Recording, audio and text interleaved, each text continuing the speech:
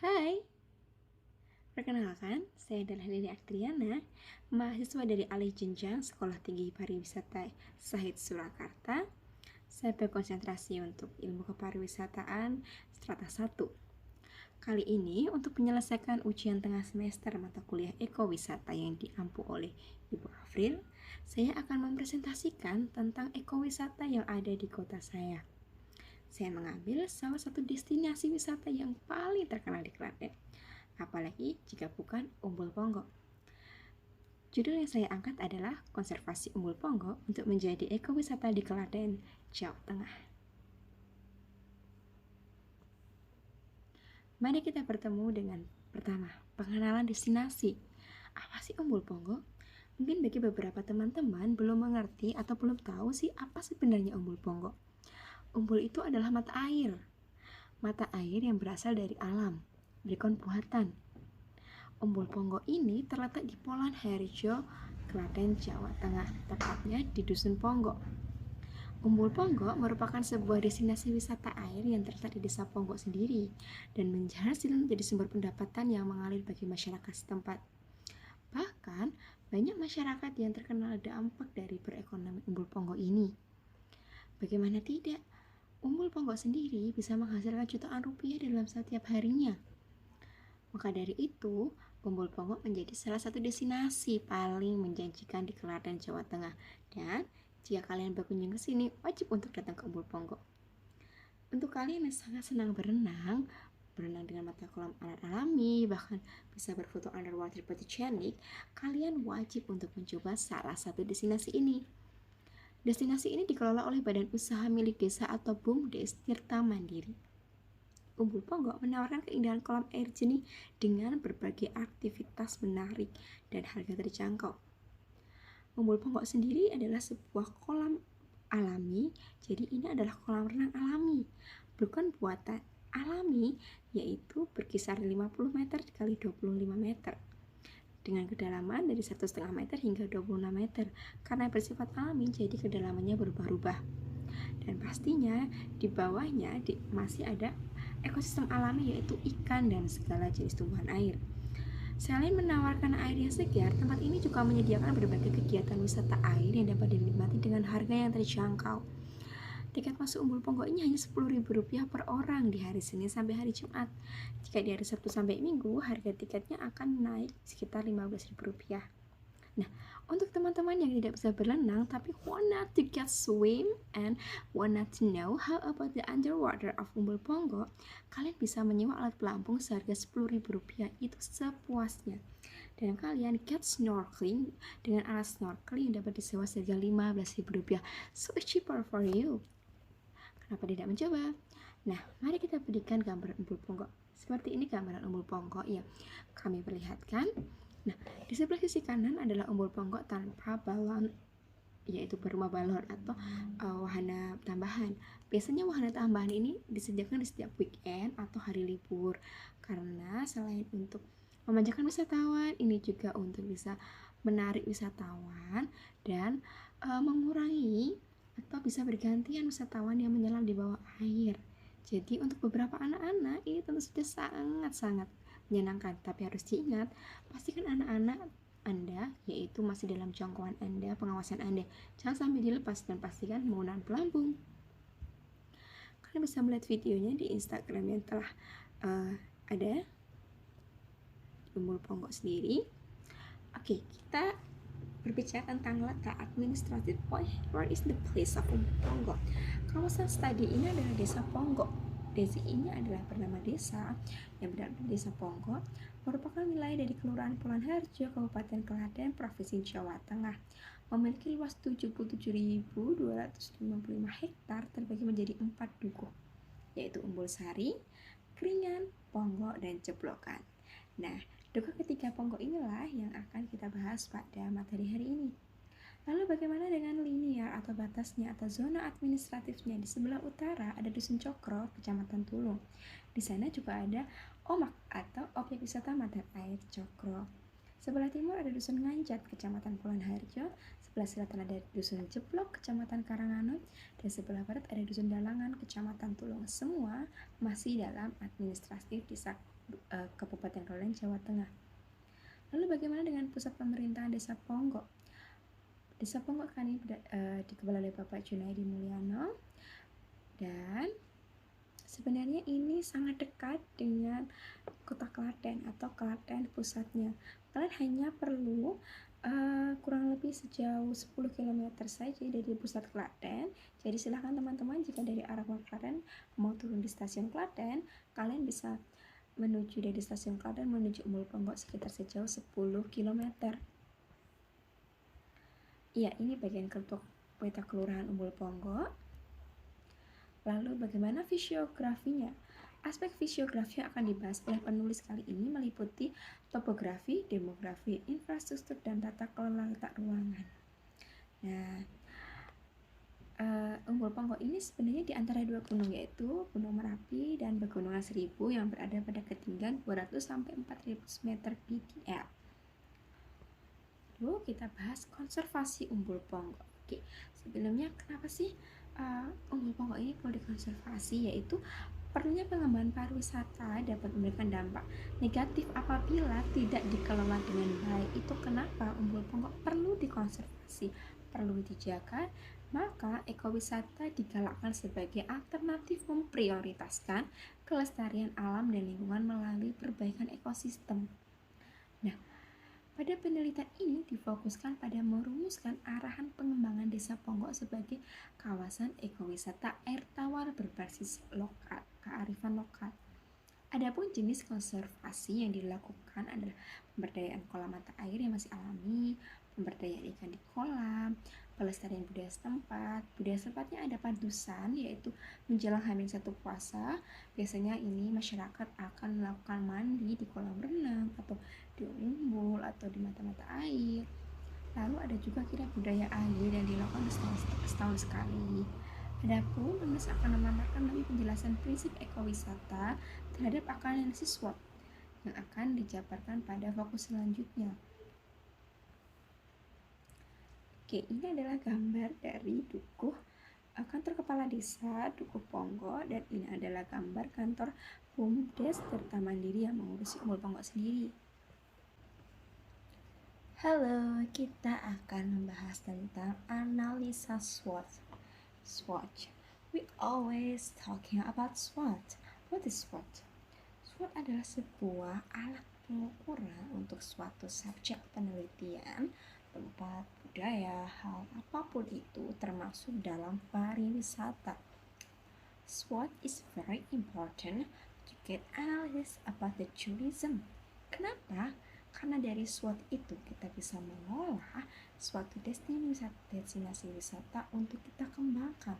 Change the growth level, kita harus tahu mereka punya apa, mereka bisa apa, mereka terancam apa, atau mereka berpeluang menjadi apa. Dan pastinya kita juga tahu kelemahan apa yang bisa diminimalisir. Itu kenapa kita butuh SWOT. Apa sih kepanjangan dari SWOT? Adalah strength, weakness, opportunities, and threats. SWOT adalah dari pertama ada strength, yaitu kekuatan. Di dalam suatu objek penelitian termasuk pariwisata, equal to tourism, we have to know about the strength, kekuatannya, kelebihannya itu apa, we have to know about it. Dan kita bicara kekuatan pasti juga berbanding dengan suatu weakness, kelemahan. Pasti ada kelemahan. Sesempurna apapun the tourism we know that 100%. Enggak semua itu ada 100% kesempurnaan. Pasti ada weakness. Meskipun itu hanya 1%, pasti ada weaknessnya, dan itu akan berbahaya jika kita tidak mengelolanya.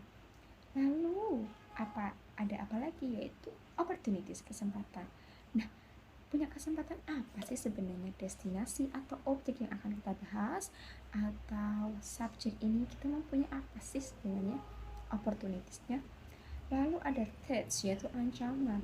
Weakness dan ancaman berbeda, sekalipun mereka sama-sama punya kelemahan, tapi mereka berbeda. Bedanya ancaman bisa lebih diminimalisir daripada weakness, karena jika weakness itu terlihat, tapi jika threats, ancaman itu belum terlihat.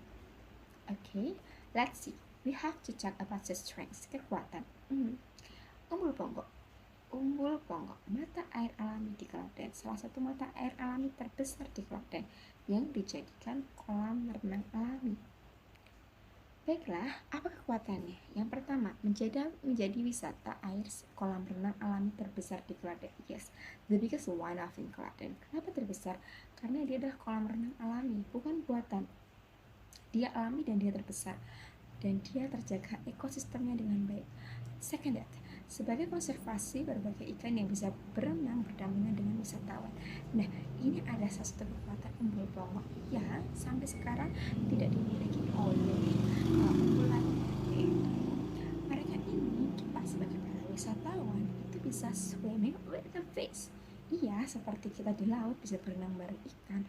Bedanya di sini kita tidak ada ombak besar, ombak di laut, tapi bahkan kita bisa ambil underwater foto loh. Kita bisa foto underwater nih, kita bisa ambil gambar dengan berbagai objek lainnya, karena di umbul ponggok ini disediakan objek-objek lainnya seperti ada motor, meja, ada laptopnya juga, ada dan lain sebagainya. Dan tentu saja barang-barang yang ada di bawah air ini sudah aman untuk kehidupan ikan-ikan, termasuk motor nih. Motor itu tidak ada bensin, tidak ada oli, jadi hanya mesin, bahkan mesin sudah tidak ada, hanya bentuk dari motor itu sendiri.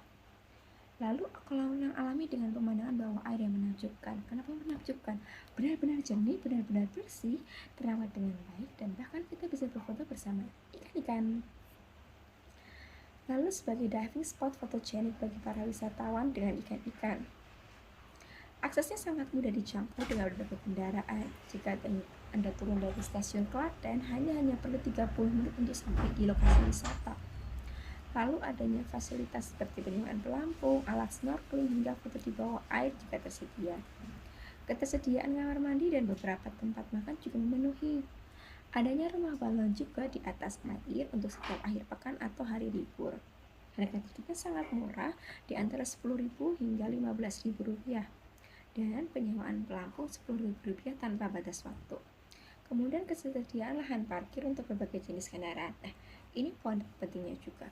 Kadang kita mau pergi ke suatu tempat, kita akan selalu berpikir, ada lahan parkirnya nggak ya? How about the parking area? Nomor ini nggak ya? Nah, di umbul ponggok ini sudah ada para pemandu parkir. Jika lahan parkir tersedia, bahkan di sebesar 60 seat pun bisa untuk parkir di sini. Adanya juga pemberi serta alami mandiri sebagai pemain pelembagaan. Lalu hampir semua masyarakatnya itu juga terkena dampak baik adanya wisata ponggok. Mereka yang rumahnya berdekatan dengan umbul ponggok itu hampir semuanya memberikan penyewaan lahan parkir, penjualan aneka makanan, persediaan alat untuk berenang, kejukan, dan sebagainya. Pemasarannya juga efisien. Mereka melalui media sosial. Satu hal yang menurut umbul ponggok ini sangat trending adalah mereka diulas positif di berbagai platform. Pada platform Instagram saja, mereka mempunyai lebih dari 13.500 postingan yang berbicara tentang umbul ponggok, dan pada platform Google mereka telah mendapatkan ranking bintang 5 alias kepuasan tersempurna. Mereka juga mampu memberdayakan kemajuan desa ponggok dan menyumbang dana pemasukan yang besar. Oke, kita akan berbicara tentang gambarnya dulu. Nah, ini dia. Ini adalah gambar dari umbul ponggok sendiri, yaitu dari depan dan dari lahan parkirnya sangat luas. Lalu ada weaknessnya, tentu ada.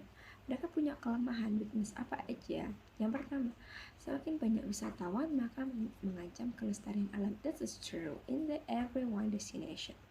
Itu pasti akan seperti ini. Tourism destination itu kelemahannya adalah semakin banyaknya wisatawan maka mengancam kelestarian alam jika dari pengelola tidak memberikan peraturan yang jelas dan sebagai wisatawan bersikap apatis terhadap kelestarian ekosistem. Jangan buang sampah sembarangan, taatilah tata tertib, jangan merusak alam, hormatilah para masyarakat sekitar. Sebenarnya ada sikap wisatawan yang baik untuk menjaga kelestarian alam. Nah, terlalu banyak kendaraan wisatawan juga kadang memenuhi bahu jalan. Sebenarnya lahan parkirnya luas, sangat luas, tapi kembali lagi, seluas apapun jika ternyata wisatawannya membludak, apalagi di akhir pekan, itu beberapa kendaraan menumpuk di bahu jalan sehingga terjadi bukan kemacetan, hanya jalannya agak sedikit menumpuk. Jadi kami para pengguna jalan yang ingin melewati daerah itu sedikit terhambat. Lalu banyak sampah berserakan. Ini adalah PR salah satu negara Indonesia, terkhusus kami adalah para masyarakat Indonesia yang belum sadar arti penting menjaga suatu kebersihan. Penggunaan sumber daya alamnya juga secara berlebihan. Kita tahu bahwa penggunaan air, pemanfaatan ekosistem itu kadang mengganggu kelestarian alam. Begitu juga dengan ekosistem ikan di bawahnya.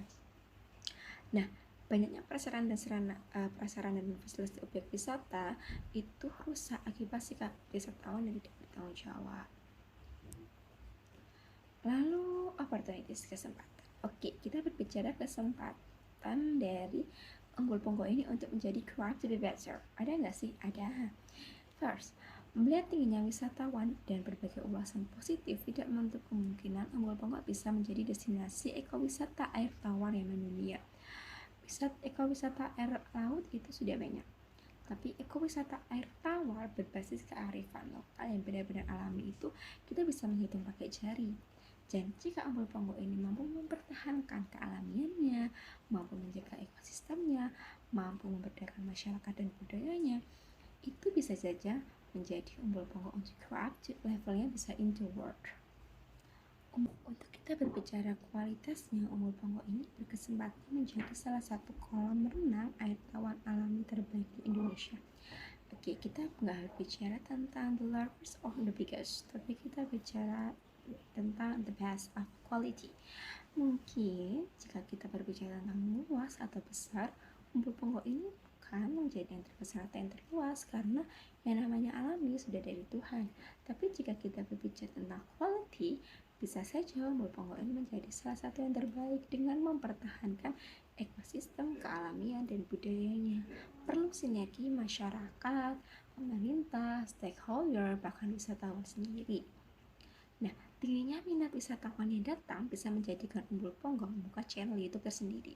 Nah, ini juga menarik untuk berbagai wisatawan mancanegara. At least banyak kok wisatawan mancanegara yang datang.